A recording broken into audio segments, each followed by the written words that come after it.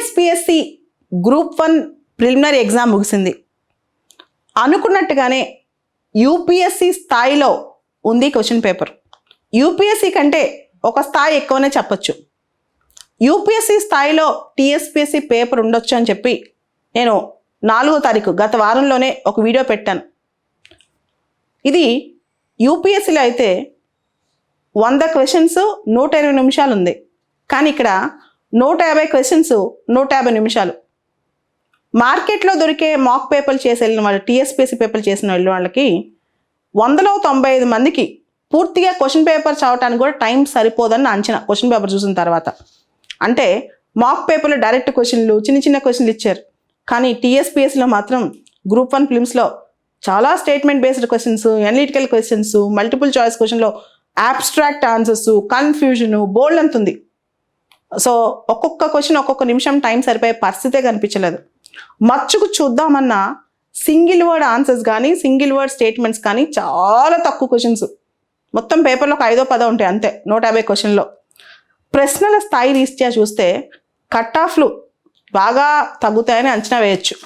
అంటే అబ్బాయిలకైతే cut off, మనం మేల్స్కి అయితే కట్ ఆఫ్ చూస్తే 80 నుంచి 85 ఉండొచ్చు.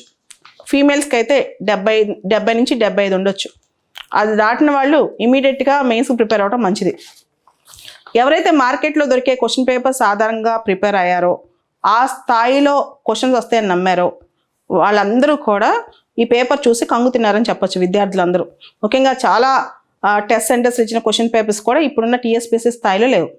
అయితే టీఎస్పీఎస్సీ కూడా ఫస్ట్ టైం స్టేట్ ఫార్మ్ అయ్యాక ఫుల్ టైం గ్రూప్ 1 పెడుతుంది కాబట్టి క్వశ్చన్స్ ఏ స్థాయిలో ఇవ్వబోతున్నారో కొన్ని మాదిరి ప్రశ్నలు ఇస్తే బాగుండేది. అది ఇవ్వకపోవడం కూడా కరెక్ట్గా లేదు. అయితే ప్రశ్నలు అన్ని సబ్జెక్టులు ఆల్మోస్ట్ సమానంగా వచ్చాయి. గవర్నెన్స్ చుట్టూ ముడిపడిన క్వశ్చన్సే 6 నుంచి 8 వచ్చాయి. ఉదాహరణకి సిటిజన్ చార్టర్స్ కానీ, రైట్ టు ఇన్ఫర్మేషన్ కానీ, రెస్పాన్సివ్ గవర్నెన్స్ కానీ, సోషల్ అకౌంటబిలిటీ ఇన్ గవర్నెన్స్ కానీ ఇట్లాంటివి. కరెంట్ అఫైర్స్ సంబంధించి స్టేట్మెంట్ ఆధారమైన క్వశ్చన్స్, స్టాటిస్టికల్ డేటా ఆధారమైన క్వశ్చన్స్ వచ్చాయి. ఈవెన్ కరెంట్ అఫైర్స్ అయితే చాలా డీటెయిల్డ్ క్వశ్చన్స్ వచ్చాయన్నమాట. సో గ్రూప్ 2 అంటే ఇప్పుడు గ్రూప్ 1 ఫిలిమ్స్ చూసాం కాబట్టి గ్రూప్ 2 ఏ స్థాయిలో ప్రిపేర్ అవ్వాలో కూడా మనకి అర్థమవుతుంది అనమాట. అదేవిధంగా గుడ్ గవర్నెన్స్ సంబంధించి గుడ్ గవర్నెన్స్ ట్రైట్స్ క్వశ్చన్స్ కూడా వచ్చాయి. అంటే గుడ్ గవర్నెన్స్ యొక్క లక్షణాలు. ఆన్సర్స్ చాలా క్వశ్చన్స్కి ఆబ్స్ట్రాక్ట్గా ఉన్నాయి. ఇప్పుడు కూడా కీ ఎత్తుకుంటే ఏది కరెక్ట్ ఆన్సర్ అని వెంటనే తెలిసే అవకాశమే లేదనమాట. చాలా ఏరియాస్కి సమానమైన ప్రాధాన్యత ఇచ్చినప్పటికీ మనం ముందే అనుకున్నాం కదా, సిలబస్లో లేదు స్టేట్ ఫార్మేషన్ అనేది. అంటే తెలంగాణ స్టేట్ ఫార్మేషన్ సంబంధించి సిలబస్లో లేదు కాబట్టి క్వశ్చన్స్ రావు అని. కాకపోతే కొంతమంది ఏమో ఒకవేళ ఇస్తారేమో హిస్టరీలో భాగంగా అన్నారు. సిలబస్లో పేర్కొనలేదు కాబట్టి క్వశ్చన్స్ రాలేదు, అంతవరకు సంతోషం. అయితే తెలంగాణ కల్చర్, తెలంగాణ హిస్టరీ మీద సిగ్నిఫికెంట్ క్వశ్చన్స్ వచ్చాయి. చాలామంది ప్రిపేర్ అయ్యారు, కానీ క్వశ్చన్ స్టాండర్డ్ బాగా పెరిగింది. అన్ని ఏరియాస్కి సమానమైన ప్రాధాన్యత ఇవ్వడం కూడా జరిగింది. కొంతవరకు ఇండియన్ ఫ్రీడమ్ స్ట్రగుల్కి కొంచెం తక్కువ చిన్నపేట వేసినట్టు అర్థమవుతుంది అనమాట. తెలంగాణ కల్చర్, తెలంగాణ హిస్టరీ కొంచెం బాగా ఫోకస్ చేసినట్టు అర్థమవుతుంది.